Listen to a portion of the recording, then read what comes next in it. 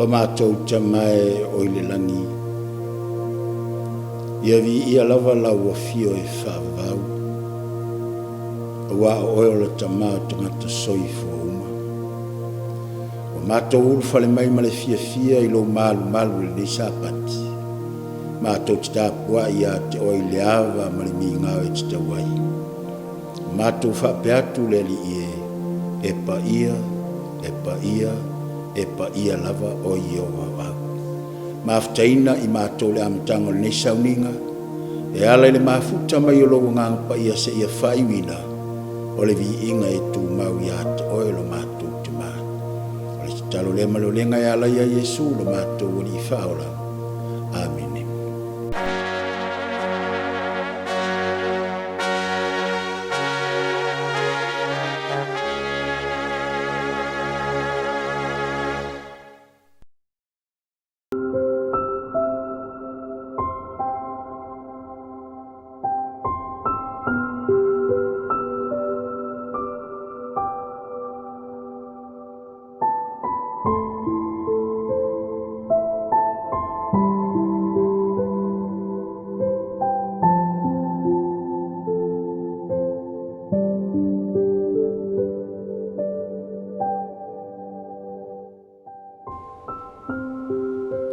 Mineo tātou taulanga mas furuai. Pe whaoa tangata mea le atua. Au tau o tau whaoa o mea.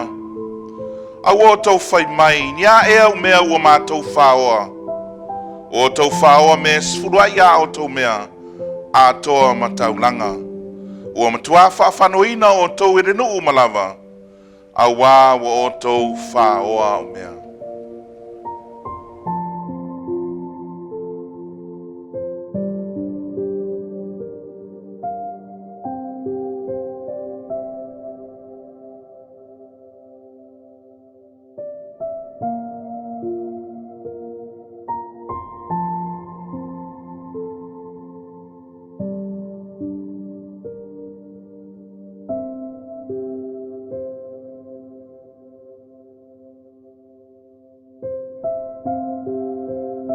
Ina umaya mea se furuaia o tau mea umalawa I le whale tu ai mea. Ina ia iai mea ai lo whale.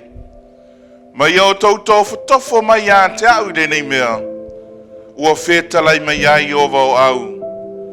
Pe o te leto ina pupungia le langi mo o tau. Ma sa atu le manuia mo o tau. Ina se ia siri o na tere.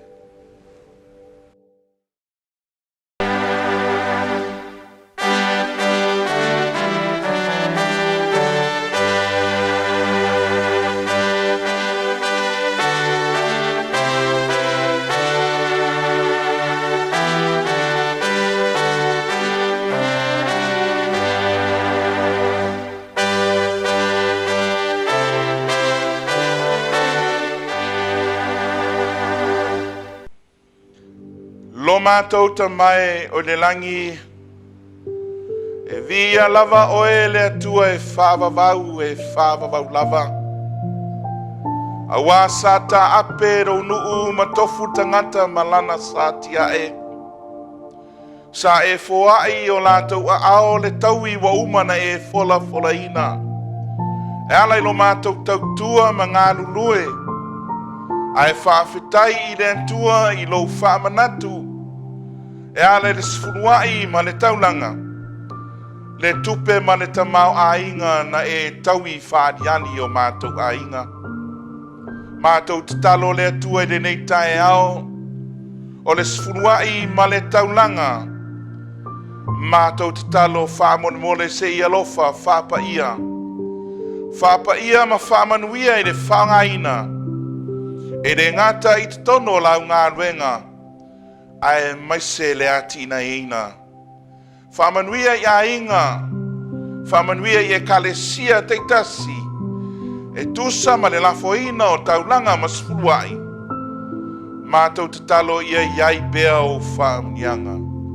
Vi ia o Yesu e whaavavau lava.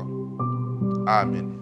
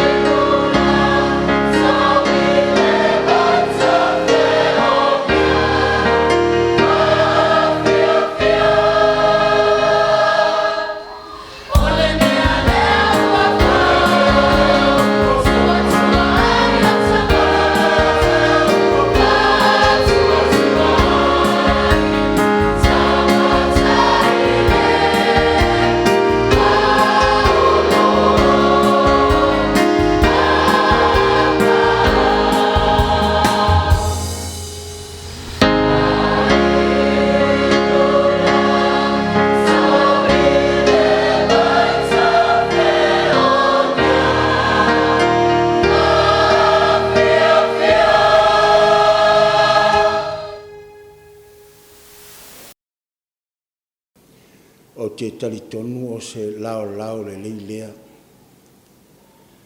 E whaafelo i atu ai i lau sunga le teita i au, Pastor Willie, papu ma le whaletua i atiana, ma le nofa ara. Whamalo le tau atai, whamalo le tau iwi, whamalo le ngā lulue mo le atua. Ia vi ia le atua ono mea sili o ia whaia mo o lua. Le taita i au ma le whaletua, ia e maise le ainga. Whaafelo i atu le suafa manu malo lo tātou li i whaolau o Yesu Keriso. Whaafelo i atu fo i le autustusi ia Pastor Palii Masepau. Ua tātou mafuta fo i ala i lunga o penu whailangi le nei tae au. Ia whaamanu i atu le atua i lau sunga ma le whaletua e maise le nofa alu. Whaafela i atu fo i lau sunga le tau oloa, pasta uitu alangi ata tanuasa ma le whaletua. Tātou te ioe ma talitonu, ana le se inoa le au teitai o le atua, na teitai mai eilo o tau soifua, mai le teitai au le au tustusi ma lau sunga le tau oloa. Se manu tātou te le maua le nei, tae au fia o le sapati o le atua, whaafela i atu ai lea, iau tō sunga le komiti le titi o lo whaafue ina ngā luenga le kale sias whir sa motu tō tasi i le larolangi atoa. Whaafela ia tufo i mtanga luenga e luas fulu o e lo tutui matangiolo e lango ina le teite inga o le tātou ngā luenga.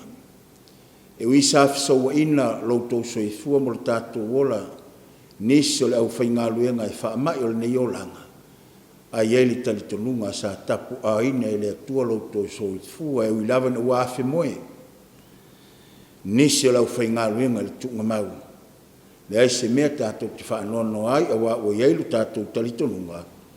O lo soifua lo tātou ta maua iei fo le wha moe ngai le langi ma le ola e wha vau. Whaafelo i atu lau whai ngā luenga whaifi au. Whaifi au whaau ia mise whaifi au lai sene, le mamalu le ka le sia le ainga toi ina ti a kono i senga i lua. Maise le mamalu le ka le sia i ona tūla toa ma tō whinga taitasi. Ia whaafelo i atu le suafa manu malo lo tātou i whaola o Yesu Keriso i le nei tae au. Lau whaia tātou ti talo. Lo mātou ta mai o i langi. Le aamataina le sauninga o le launga le nei tae au.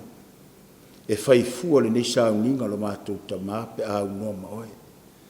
Le ala lea o mātou talitonu ai wa fio mai le nganga pa ia o le sosoani e le mwaaia. Whaatonu mai mātou e ala i lo mātou wola tāpua i mavivi atu i ate oe. Mātou tatalo le atua, alofa sosoani i lau ngā luenga au le nei lalolangi atoa. Ia maua i mātou le taita inga mana aloua nganga pa ia. Ina ia mawhai o na mātou mafuta ina ai o mea uma e maua lungai lovi inga e whaavavau. Mātou tatalo i ate oele ali ie. Ia mana mea uma e ala i lo mafuta mai. Ia maua lungai lovi inga o na lo suafa Yesu. Amen.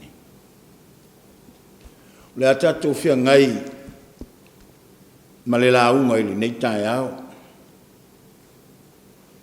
Ma o sama no le leili nei la tātou whakutoi whaalongolongo ai. I se upua le atua e tō matau i nai le soifua au auna i le atua i a tātou iei whaingatā ma whaafita uli o le nei o langa.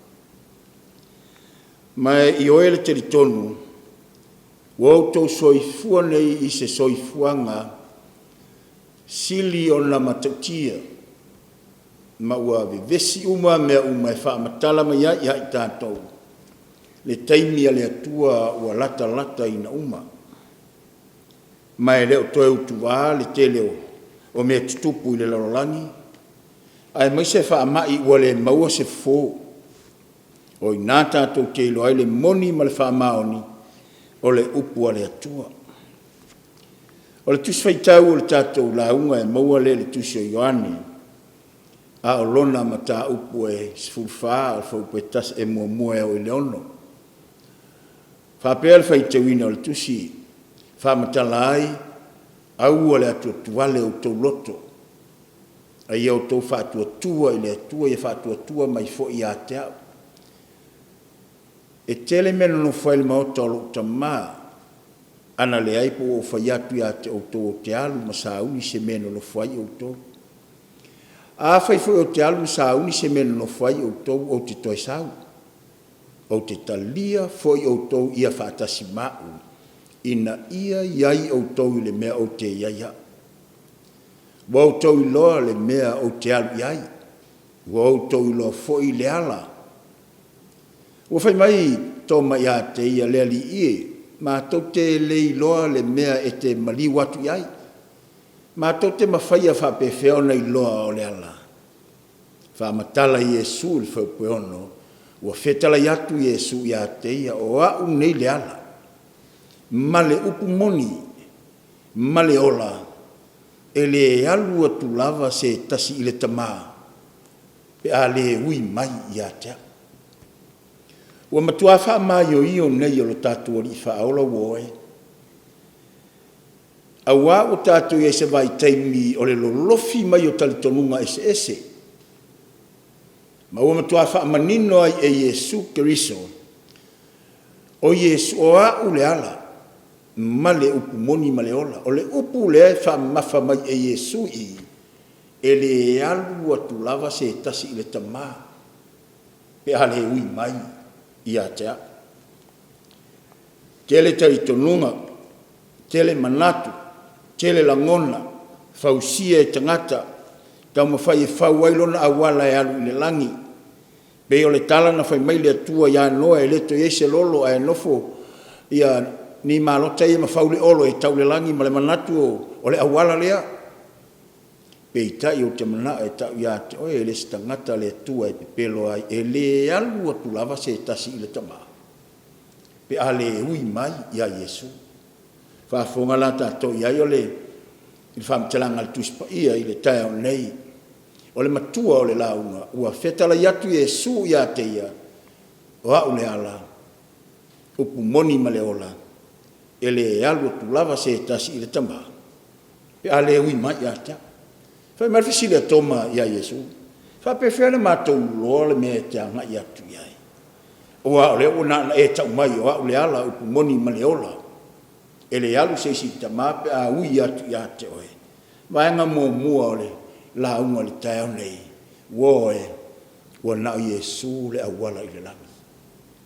E le o le lotu, e le o le whaife au wha manino e Yesu, nao Yesu wa le awala i le lami. Nei mao mita se tasi, i le te tele o mena te whaia, le o le mena la ta ua le tuspa ia, o le whanau o le atua, e wha malolosi ma whai mea te tele. Ai leo le taungu unga nā o le wha moe moe. O i nai sue ai le atua le tātou wha tua mai o se mea siri la. Le whai mai ai le wha matalanga le tuspa ia. Wha matala mai ai i tātou. O lana lava ngā luenga i tātou. Na whai i tātou ia ke riso Yesu. Ina ia whai ngā luenga le. Manau mia le atua. O le tangata wana i loa o Yesu le awala. Na te whaia mea le lei. Pe i o le whai mai a Yesu. Whai mai le tuspa ia. Le whai mai le poto o Solomona. Whai mai le whamtalanga tuspa ia. O mea uma ua e ilo e whai. Ina whai ia malo malasi. E se le tā ua. O le tala le tuspa ia. Mo lana whanau filifilia. O e o ilunga o le pāneta le nei. Mai e whai ma le malasi. Aisea. E le aise poto, e le aise iloa, e le aise mawhauwhau, i le tunga mau. A o mai le aso e o ti ai, o mai le aso e o mai le pō i le tangata, ona le te mawhailea o nga lue, a o le teimile nei, whai mai Yesu, o lana lava i ngā luenga i tātou.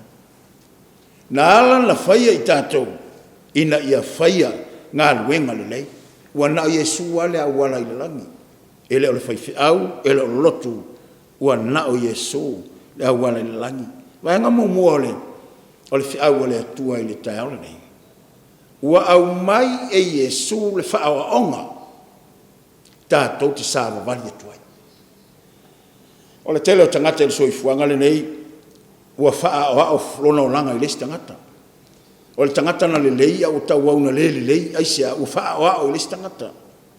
Tangata na whai mea te tele au tau au na mai vai, aisia ua kopi leo langa o lesi tangata. Tangata sa le tele ni ana whaamtalanga pe aluatu polo kalama le lotu, au ua tele polo kalama aisia ua whaao i lesi tangata. Le ala le whemea le whaamtalanga le tuspa ia, ua nao Iesu wale au wala i le langi, le o whetala Iesu, mai le whaamtalanga le au tu o le vaenga maumua, ua au mai e Iesu le whaaonga tātou te sāra wali atuai, ia wale le Iesu. Mai le whaamtalanga tuspa ia, a wā ua o avatu le whaao ia te autou, e peo na o whaia ia te autou, ia whapea lava e autou o na whai.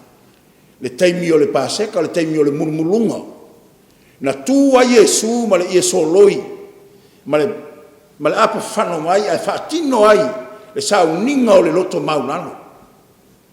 Lele o lo whai nei kuata taitasi, mai o le tatalo o le whiau o le atua i le tai au nei, tālo sia a o whai, mai le ta ele o tātou loto, ma whaatino ai, le whaaonga ua au mai e le atua o lalo, e maua ai mano, o lalo foi, e maua ai le manuia, o lalo foi, e te iloa ai le whai toa, o le au wala e alu i le langi, e au mai e le atua, whaafonga au tau ieri, whaatei te inga laman au mai e Iesu, whai upa suma le ono, e moni o te whai atu ia te otou, e le sili le au nei lonalii, e le sili foi le ua auina i le e ana le whiau.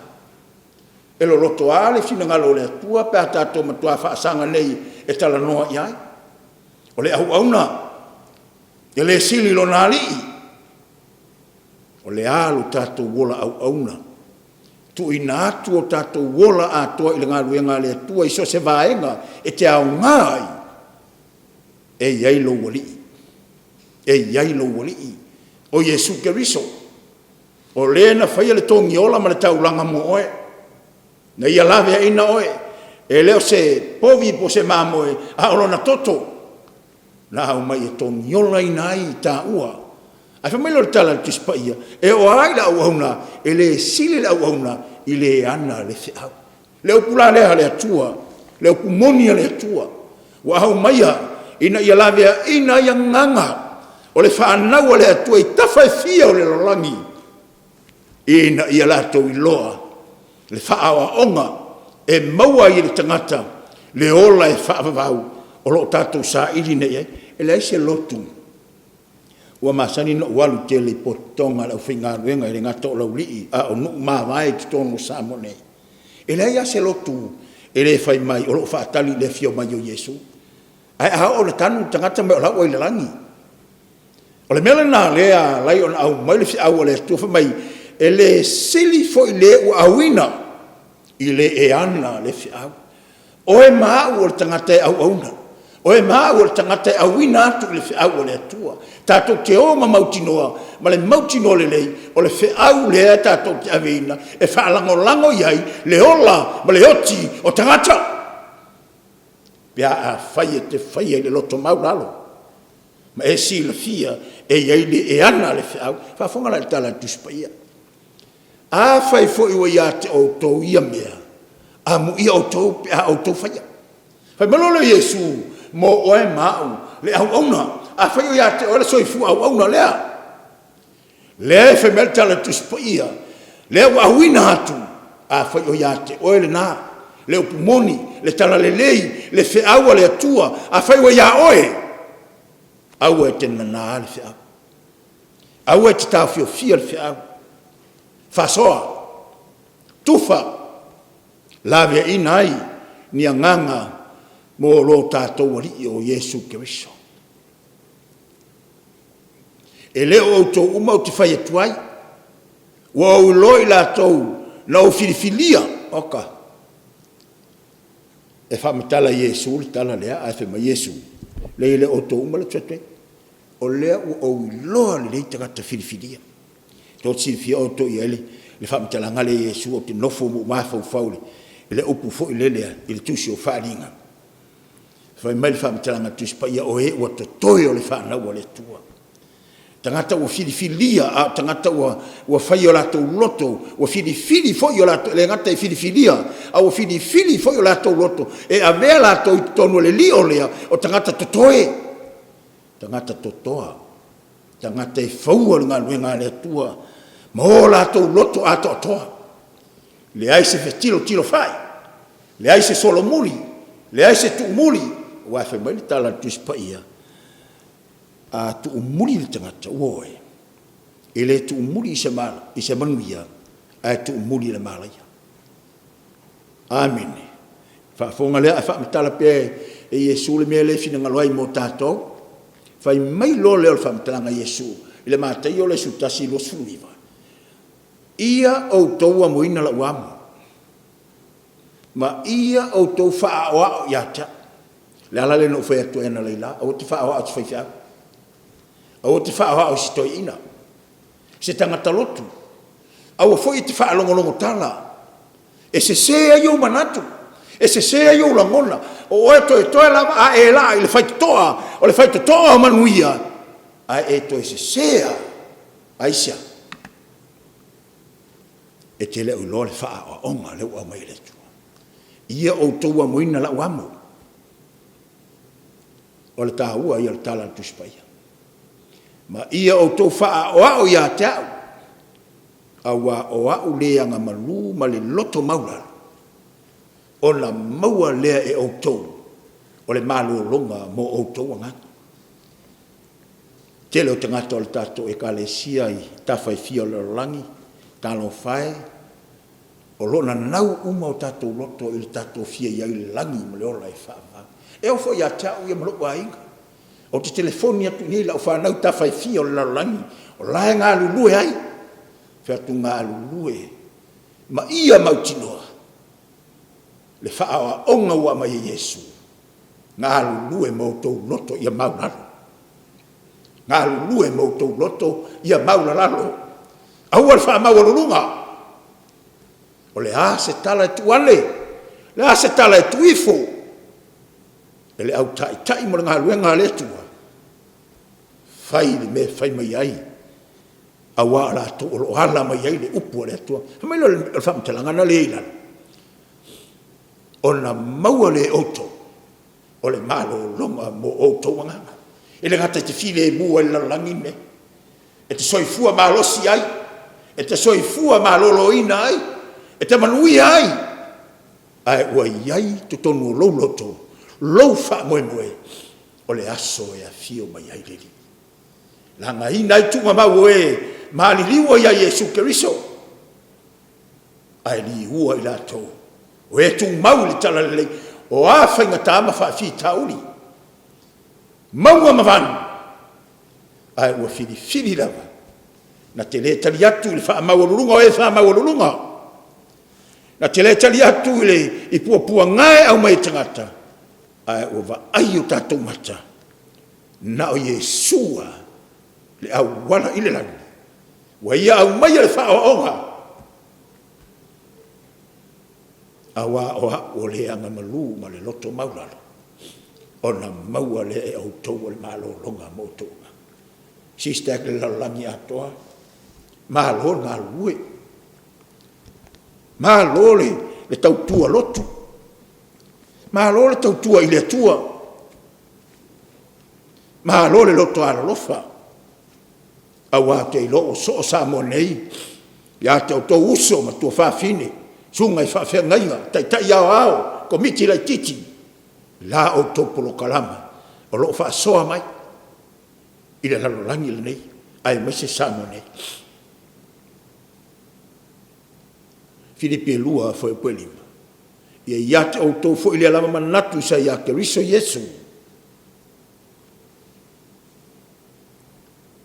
Wemalo le whaamitalanga le whapua, mumol pe telu tapu e lua whapua lo sutasi.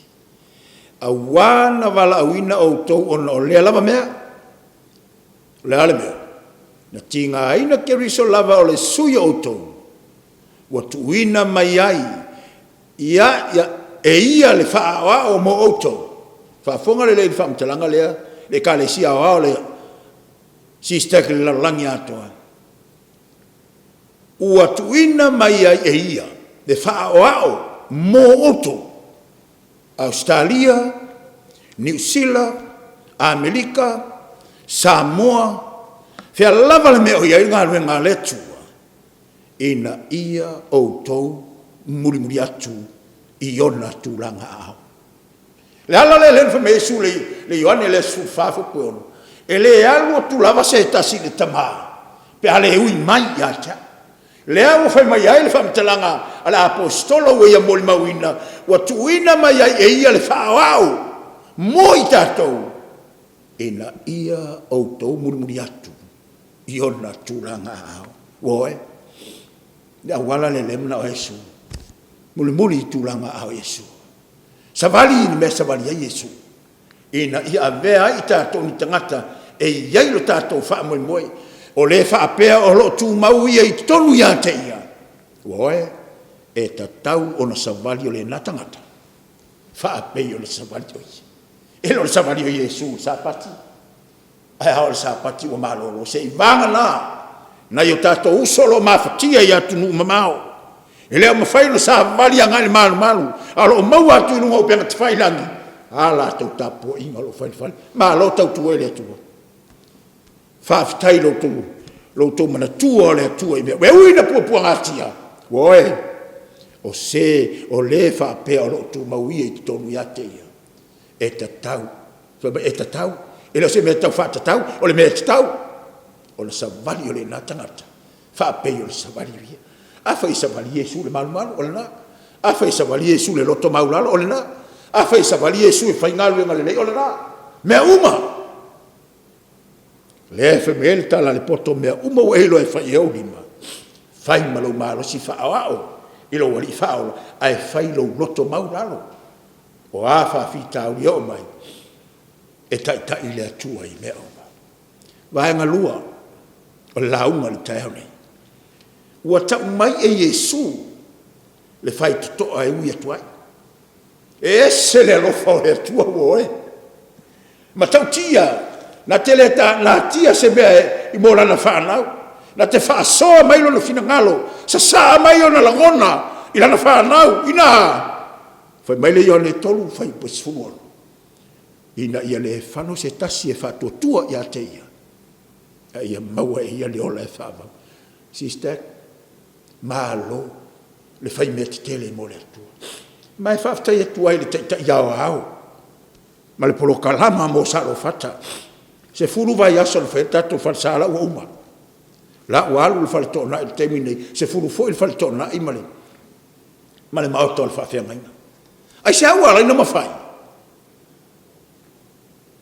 Wha malo whaftai o usua whai whiau. Mai se le taita iau au le autostusi. Ai mai se le teu uloa, ma le komiti, sunga te tanga luenga. Whaafitai lo tō sila mai Samoa, ai mai se talo fata. Mone ngā luenga. E leo tū fua le langi, lae sila le atua. A wafe mai tala le tuspaia, e sili le manuia le foai, ngai lo le talia. O talita oto e sawa fata. Manuia e mai o tau ao. Ia wha manuia a tiri le tua. Vaenga lona lua. Whai mele wha mtalanga le tuspa ia. Whai mele wha mtalanga le ufa au tuai. Ua tau mai e Yesu. Le whai totoa e ui atuai. E lua lava whai totoa. E te misi lo le whai totoa le mna o Yesu. Ua e ui lo le whai totoa. E le fia ia Yesu. Usi. Le whaafafonga sistek. Wa umana ta watu Yesu ai o te ta watu e toi whautua atu, malapta i atu. Ma tui atu. Ai sea, o tātou iei le teimi o le uma. Ai o whaamatala pe whaamatala Yesu. Ma le whaamatala ngā Yesu le tusira o mātai e fitu whai upisuto. Ia o tau sistek. Ua wheta lai Yesu i le tai au nei. Mō tātou uma o whea tātou te iai. Ia o tau lu atu i le whai totoa vāpi api. O sau le whātonunga, mai lo tātou li whaola, ina ua sila fia Iesu, o le taimi o le auma. Sau le whatonunga, mo lana whanau whiwhiria. Si stag le lalolangi atoa, ia o tau watu le whaitoa vāpia. Lua whaitoa o tātia mani o tātou uma. I taimo le unga, wa leo toi mamawa e afia mai lo tātou li whaola, au whai mai Iesu, ia o tau watu le whaitoa vāpia. Ai se a Iesu, au ae wā tele le whaitoa. E lau tele foi le ala. E tau atu le manaia. E toa tele foi. I la tau e ui atuai. Lau wō le tai au le nei o sapati o le atua. Ao e maua mai lo leo. O lo tau ma whaina nganga pai e wha ngā atu lo leo. E ma moli mai ele fina ngalo lo tātou li whaola. Au wae wā tele le whaitoa. E lau tele foi le ala. E toa tele foi, e lau tele foi le ala e tau watu le mana ia. E toa tele foi i la tau e ui atua. O te whaatai le atua. Sister, te whaatai le atua. Whaatai lo tātou ta māta i ta iau au. Le whaasoa mai hai tātou le upua le atua. Ua mawhai foi e tātou le tātou whaasoa atu. Whaatai lau whai ngā nuenga le atua. A tiro le le mau. Mai vava ailo na ano fali. O lo a fi mai ai tonu i. Le alofa muti vale o Iesu lo tātou li whaola. Whai mai si stek se ulu le whai tova piapi. Ai tau sa vali atu le whai tova tele ala lava alanga mai. Whatafa le ai la se ui le whai tova piapi. Awa e wā tele le whaitoa. E lau tele foi le ala. E tau watu le malaya. E lua upula e whaamatala i e sāmoa, upula e malaya. Mua o le oti. O lona lua. O le afi. O le mema tino lava. Le ka le si asu sāmoa tutu tasili lalulangi. E te ui loma o ui le ala wā tele. E tasi almeta tote angai loe le afi. E ala le ua fi mai ai e Iesu. Lo nanga le leima lo na lofa. Ai whamei totele. Au te pole fu elo vai atu el totele. E lua fai toa le e ta tala i le teiminei. E ei le asa e ta puni. E ta puni ai nei. Le si fai toa. Ona pupua ngā mo fai ta. Sa pati o le tua. Ma le aso sa fa pau. O tangata fa pau. Le ala le mertu so falinga. Alona mata upa su e suvalu fa upa fa lo nuue. Io to ese mai. O ese mai la lava tele. Awa to tele e sa loto. E sa loto. Ai va piapi le fa to le al sa patio le tua. E to i tiki foi tangata Italia. Wa sa pati moni le o le li fao. Le tua lo tatu tama. Toi tiki foi tangata ui ai. Fa melo fa mtalanga le fo po sumal fa. E o to watu i le fai to va piapi. A wa va tele le fai to. E la tele foi le ana. E ta watu le malaya. Fa melo fa mtalanga le Luka su tolu fa po lo su fa. Io to fina finau. Amen sister. Saulo amal fa mtalanga. I el tusi la Luka. Sister, ia finau. E lei le finau fu na le tawe misa. Al finau le i o le tamu fai sa ili. Lo tutele. Finau ia watu le fai to va piapi. Awa o te fai atu ia te auto. E to atele la tote sa ili na ia ulu atu ai. Ai le mafai. E to tele. Sister ke fa me to tele tanga ta sa idie ina urua ina ia urua ai dem fai ai sia a o ina vevela le puanga ma fai ngata tol si fia foi le fatu le na pa ule ile me papa ai ia ele ai le tu mau to atele tangata na io Yesu talia Yesu ele ngata a o mai le vela o ngalwe o ngalwe ngale tua ai fa vai tangata foi na a o le aso e a fio mai Yesu e fa fiti le ai asa ai na finau e fialu ia le langi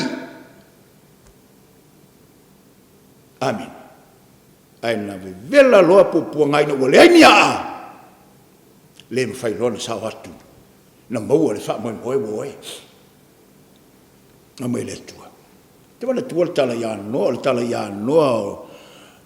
o le tangata mi o tonu ia ma le sao ile tupulanga mai sa la fe wa i fo i ma le tua no ma le tua amin tala le ya no o se tala e o ngaonga i lo mafau la ngā tu e whau le waa le kia mai tangata ai whaua le mea tonu le tau o le fina finau whaua na o ia ama lom to lua malana whanau na sao i le langi ia e whaia se waa mo oe i le la au o le kofa e te whaia ni ana i le waa e te puluti ai foi i le liu matua i le pulu nei whaatonunga la iti au tia matua me lo le whamatanga le whoku momuina u whaile whaafonga le nei le tāua le tala le leo ta mai nei le ola fina finau o le tangata e lei manatu noa e fina finau o lo tangata e ue mai le tua ta lai e whau le vao la sau le lolo ai na tu le ma whau noa lo na hainga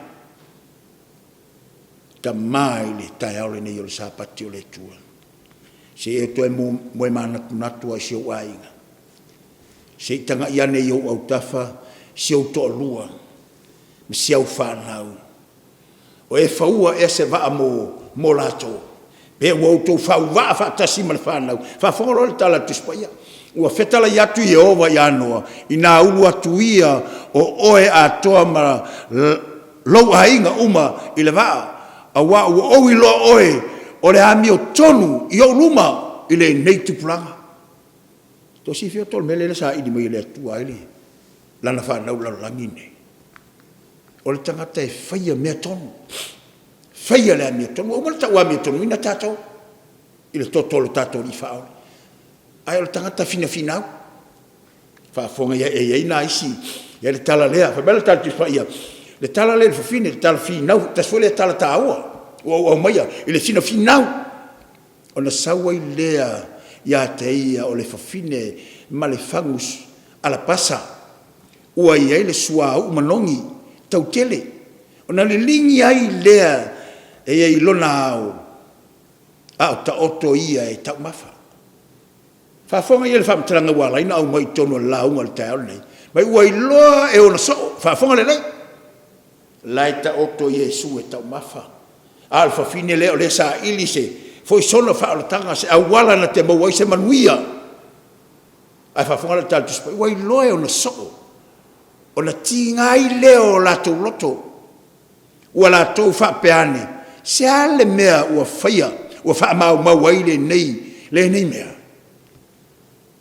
se fa fonga le mea tato e ele temi tato ke va ai ai tono nga ruenga le tua e tangata e fou e ofi mai tonu le atua la to te fai ai mea taumata fai ai mea sili na le mo Yesu e ui le o ia Yesu le teminei a le ata leo le ngaluenga le atua o lo ia tangata e fou mai tonu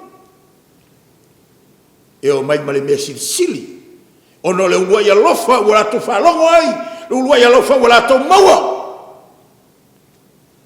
ai o mai tonu le uso le hainga o le atua e ti ngai loto ai sea la to tele i loa le fa onga na fa mai Yesu amo mai la wa mo le mai o to fa o mai ya tau wa o le loto malu la lo male anga malu ona mau le o to le ma sanga moto i fa fo la wala ye se fa fo mai ya le melena na o ye il tal no ngale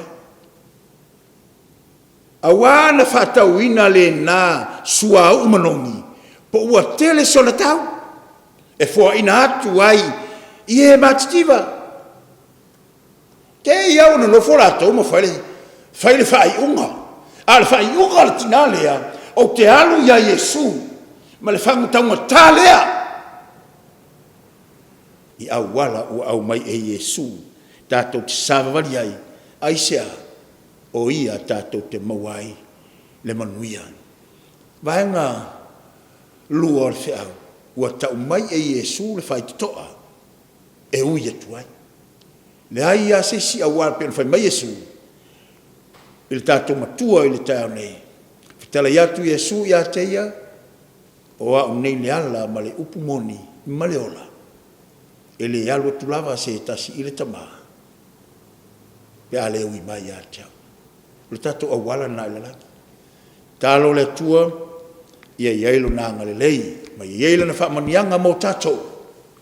Mia tatou fia i mea ufetalai ma ia Yesu, ma ia tatou whaawao iai. Ma ia ave tatou o le fafine na finau. Ave le mea tamuta. Wailau tautua.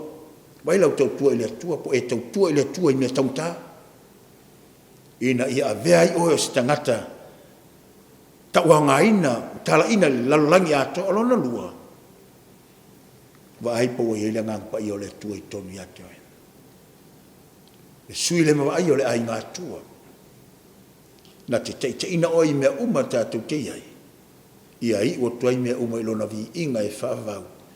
Whamunia le tua le, sunga te iau au. Au tustusi, ma le teu oloa, ma la tu ai ngai maise, le mamalu fa matai fio le kalesia ala I fa fe ngainga le kalesia au ono suafo Yesu amen lo matu te mai o langi ma e ulava le matango fio la upumoni ma le tala le o matu fa longo ia ile atua le ngatan au mai lo matu o I fa ola le fa wa to e tau mai I matu le fai to e tau na matu sava ai ai to si tia mai ai matangata na muri ai e pe ono lo matu tama o le nala batala lo tala ina le langi le me matau tia le langi ato ai na to vanu sawai na ono malona ai o le ata folna ta pena I matu mo matu ainga wala talata mai le aso te fio mai ai ai lo mo mai puanga le tala le fofine tau matala tau tua malana o nanga le foi e ui na wha lave le tele o tangata ai sa whaia ma le puna wai mātou te talo e whape nā fu il fine na fia inu le vai e ala I le nganga pa ia e wha malia I nai o mātou roto ia e wha malia I mātou malawa ni sapati ono lo suafa Yesu o le mbala utu ai amen.